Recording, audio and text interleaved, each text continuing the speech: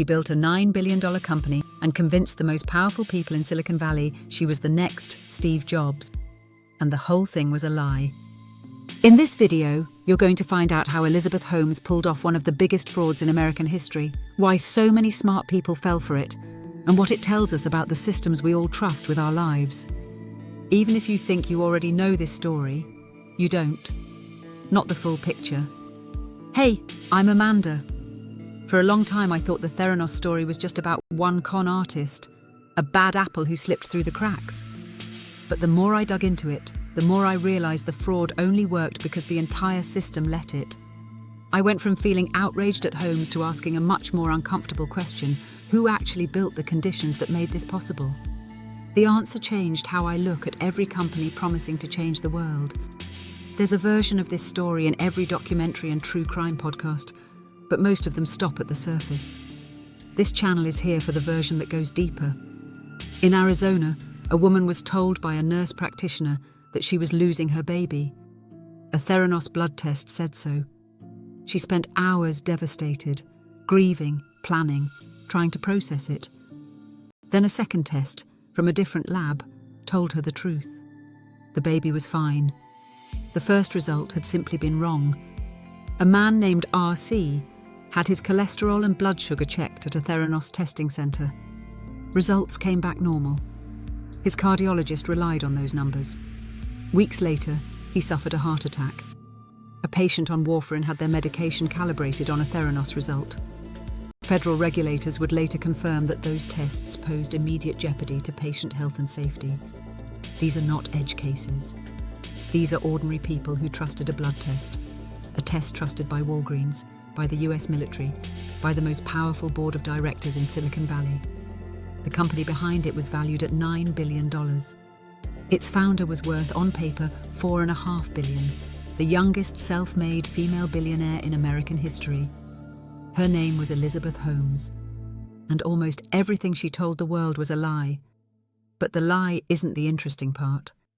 The interesting part is how many powerful people helped her tell it, and why the people who finally stopped her were a 22-year-old lab assistant and a 25-year-old recent graduate. That question doesn't have a comfortable answer. Holmes grew up in Washington, D.C. and Houston, upper middle class, ambitious from the start. Not as aspiration, but as identity. At 9 years old, she wrote a letter to her father. She wanted to discover something new, something mankind didn't know was possible. She enrolled at Stanford in chemical engineering in 2002. In her second year, she testified in court that she was raped while at Stanford, and that this experience shaped her decision to leave and build something that gave power back to patients. She dropped out in 2004 at 19, used her tuition money to found a company she called Real-Time Cures. She was terrified of needles. That's the emotional seed of everything that followed. The device was called the Edison. The pitch, a small box sitting on a countertop, running hundreds of blood tests from a single finger prick. No needles. Results in under an hour. A fraction of the cost of traditional labs. She called the company Theranos, Therapy Plus Diagnosis. Stanford professors who heard early versions of the pitch were skeptical. Blood from a finger prick is fundamentally different in composition from venous blood. The physics had never been solved. Holmes moved on. She recruited her Stanford professor Channing Robertson, who compared her to Newton and Beethoven. And from that point, the pattern was set. Elizabeth Holmes did not lie to people first. She made them believe they were witnessing history first. The lie came second. The persona was a conscious construction. Black turtleneck, every day. The binary language of Silicon Valley. You're either changing the world, or you're in the way. She lowered her voice to a deep baritone, deliberately, and maintained it even in casual conversation. Near constant, unblinking eye contact that everyone who met her described as either unnerving or mesmerizing. Was any of this unusual? No, it's the exact template Silicon Valley had decided success looks like. She studied it more carefully than most. By 2013, she had assembled a board that included George Shultz, former Secretary of State under Reagan, Henry Kissinger, former Secretary of State under Nixon, James Mattis, then a 4-star general, and William Perry, former Secretary of Defense. Average board age, approximately 80. Collective medical expertise, essentially 0. That wasn't a bug. It was the architecture. She chose these people because they couldn't evaluate the science. They brought prestige, political access, and military contracts. And once they were in, the logic became circular. If Kissinger and Schultz trust her, who are you to question it? Among her investors, not board members, but writing enormous checks, were the DeVos family, who put in approximately $100 million, and Rupert Murdoch, who invested $125 million. Inside the company, NDAs were extreme and aggressively enforced. Different teams couldn't speak to each other. Lab staff didn't know what the Edison results were used for. Engineers didn't know what the lab was finding. Multiple former employees described the culture as a cult. Holmes spoke of the mission in religious language. Dissent was treated as betrayal. Running day-to-day operations was Sunny Balwani, older, controlling, managing through fear. He screamed at staff, threatened legal action, fired people who asked the wrong questions. Holmes and Balwani had been in a romantic relationship since she was around 19. A relationship the company concealed from its board. In 2013, Theranos partnered with Walgreens, wellness centers inside pharmacies across Arizona. The fraud stopped being internal. Real patients were now receiving results from a machine that didn't work as advertised. Walgreens invested over $140 million with minimal due diligence because asking to verify the science felt like insulting a visionary. Safeway signed a deal involving roughly $350 million in store renovations. Here's what was actually happening in the lab. Theranos wasn't running most tests on the Edison. It was secretly using off-the-shelf Siemens commercial analyzers, diluting the fingerprick samples to make the volume work in machines designed for full venous draws. The dilution made results erratic. Theranos knew this. Erica Chung arrived as a lab associate in 2013, idealistic, ready to change medicine. Within months, she was alarmed. Inconsistent quality controls, the Edison sitting unused or producing wildly different results. Results being reported from third-party machines while the company claimed otherwise. She raised concerns internally. She was dismissed. She eventually resigned. And then she wrote a letter to California regulators detailing everything she'd seen. She was terrified. She sent it anyway. "It started to eat me up inside," she later said. Tyler Schultz arrived the same year, fresh from Stanford biology. His grandfather was George Schultz. Tyler discovered the lab's proficiency testing, the regulatory checks designed to ensure accuracy, was being manipulated. He wrote an internal memo. Holmes summoned him to her office and spent an hour explaining why he was wrong. He wasn't persuaded. He resigned in 2014 and became a confidential source for Wall Street Journal reporter John Carreyrou. Then he went to his grandfather's house to tell him what he'd found and arrived to find Theranos lawyers waiting. George Schultz sided with Holmes. Tyler refused to sign. His family spent nearly $500,000 in legal fees fighting Theranos' NDAs, at one point fearing they'd have to sell their home. George Schultz lived long enough to acknowledge he had been wrong. He died in February 2021, aged 100. Carreyrou spent months building the story, source by source. Holmes found out early. She activated the board. She hired David Boies, one of the most feared lawyers in America, to threaten the paper. She called the editor-in-chief. She met with Rupert Murdoch and testified under oath that she'd tried to persuade him to kill the story. He didn't. The story ran on the 15th of October 2015.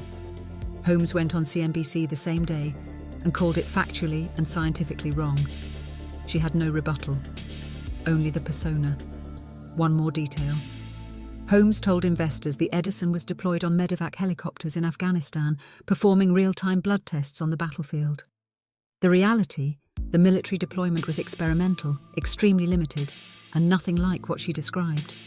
General Mattis, who genuinely believed in the technology and had pushed for military adoption, was deceived. Holmes recanted the claim only under oath. In late 2015, CMS regulators inspected Theranos' Newark lab. 29% of quality control checks on the Edison were out of range.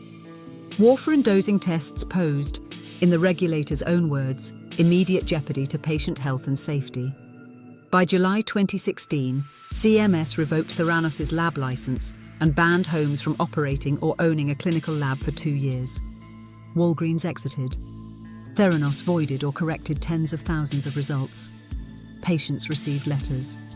In June 2018, a federal grand jury indicted Holmes and Balwani on multiple counts of wire fraud and conspiracy. The company shut down in September 2018. Holmes took the stand in her own defense. Rare, high risk. She testified that Balwani had psychologically and sexually abused her throughout their relationship, that he had controlled her diet, her confidence, her identity. That the version of herself who ran Theranos was not a cynical fraudster, but a controlled person who genuinely believed what she was saying. The prosecution countered with years of warm text messages between the two and evidence of Holmes making independent decisions that advanced the fraud. The jury had to decide which version of the same woman was true. They didn't fully resolve it. On the 3rd of January 2022, Holmes was convicted on 4 counts, 3 wire fraud, 1 conspiracy, all against investors. Acquitted on every count related to patient fraud. Balwani, tried separately, was convicted on all 12 counts including patient fraud and sentenced to nearly 13 years. Holmes was sentenced to 11 years and 3 months. She reported to federal prison in Bryan, Texas in May 2023. The patient fraud acquittal is the detail most coverage skips. The jury couldn't unanimously agree she intended to harm patients. Her genuine belief in the mission, however deluded, may have been enough to create reasonable doubt. She believed she was saving lives while she was destroying them. And the law found a gap between those two things large enough to acquit her. For years, the patients received nothing beyond those letters. Eventually, in September 2023, nearly 8 years after the fraud became public, Walgreens paid $44 million to patient claimants in a class action settlement. Not from Holmes, not from Theranos, from the pharmacy that never checked whether the tests worked. Erica Chung and Tyler Schultz co-founded Ethics in Entrepreneurship, training founders and investors in ethical decision-making. They turned their ordeal into work. Carrie Rue published Bad Blood in 2018, the definitive account of the fraud. Every investor who lost money faced zero criminal accountability for not doing basic due diligence. Not one. As of May 2026, Holmes is in federal prison with a release date of 2031. Her conviction was upheld by the Ninth Circuit in 2024. She's applied to the Trump administration for a commutation. The application is pending. 3 things made this possible, and all 3 are still active.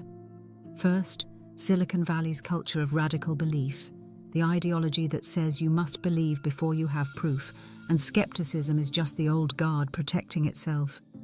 Theranos didn't invent that culture. It weaponized it. Second, incentive. Every board member, investor, and retail partner had financial and reputational reasons not to look too closely. Due diligence is expensive. Belief is free. Third, and most uncomfortable, Holmes was a young woman in a world that had decided it needed to believe in young women founders. Skepticism felt like sexism. Questioning the science felt like gatekeeping. She saw those dynamics clearly and used every one of them. That's not an excuse. It's a map of how the environment worked, and how she worked the environment. Theranos is gone. Holmes is in prison. The conditions that made Theranos possible are still exactly where she left them, waiting for the next story that's too good and too important to question. The story was never really about Elizabeth Holmes. It was about who we chose to trust, and why. And what happened to the people who had no choice at all. If this video made you think differently about who we trust and why, there's more where that came from. Hit subscribe so you don't miss the next one, and if you want to go deeper into the world of companies that promised everything and delivered nothing, watch this one next. $10 billion companies that disappeared in less than 5 years. The Theranos story is shocking. Some of these will genuinely surprise you.